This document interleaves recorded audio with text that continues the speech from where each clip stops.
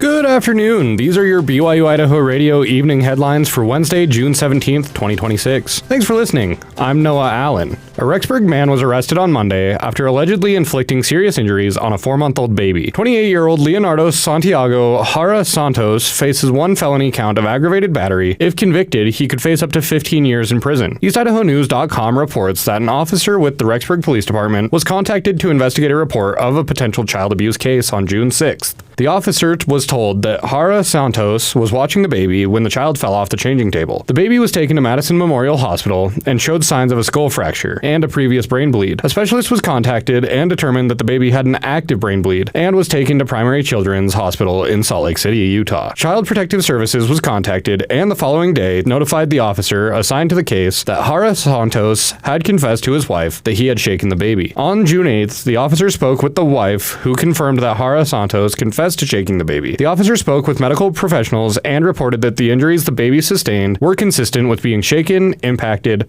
or sustaining severe impact.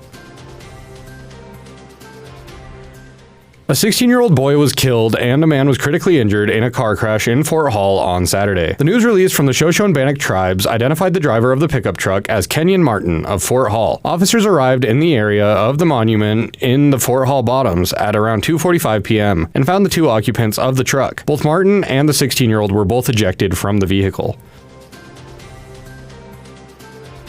Officers arrived at the area of the monument in the Fort Hall bottoms at around 2:45 p.m. and found the two occupants of the truck. Martin and the 16-year-old boy were both ejected from the vehicle. The boy was pronounced dead at the scene, and Martin was transported by air ambulance for medical treatment. The identity of the teen who died has not yet been released. EastIdahoNews.com reports that police believe intoxication may have been a contributing factor in the crash. It is unclear if Martin has or will be charged. The crash remains under investigation.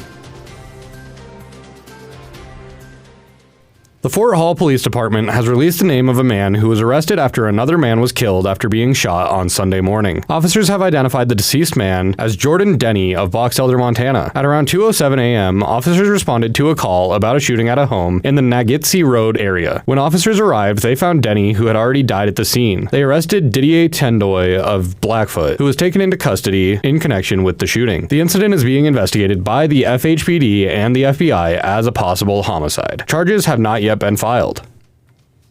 These have been your BYU-Idaho radio evening headlines for June 17th, 2026. Thanks for tuning in. More news, interviews, and great content are available on our podcast feed. Just search for BYU-Idaho radio on your favorite podcast apps. We're on YouTube, Spotify, Apple Music, and more. You can also just ask your smart speakers to play KBYI 94.3 FM. This is BYU-Idaho radio, and I'm Noah Allen.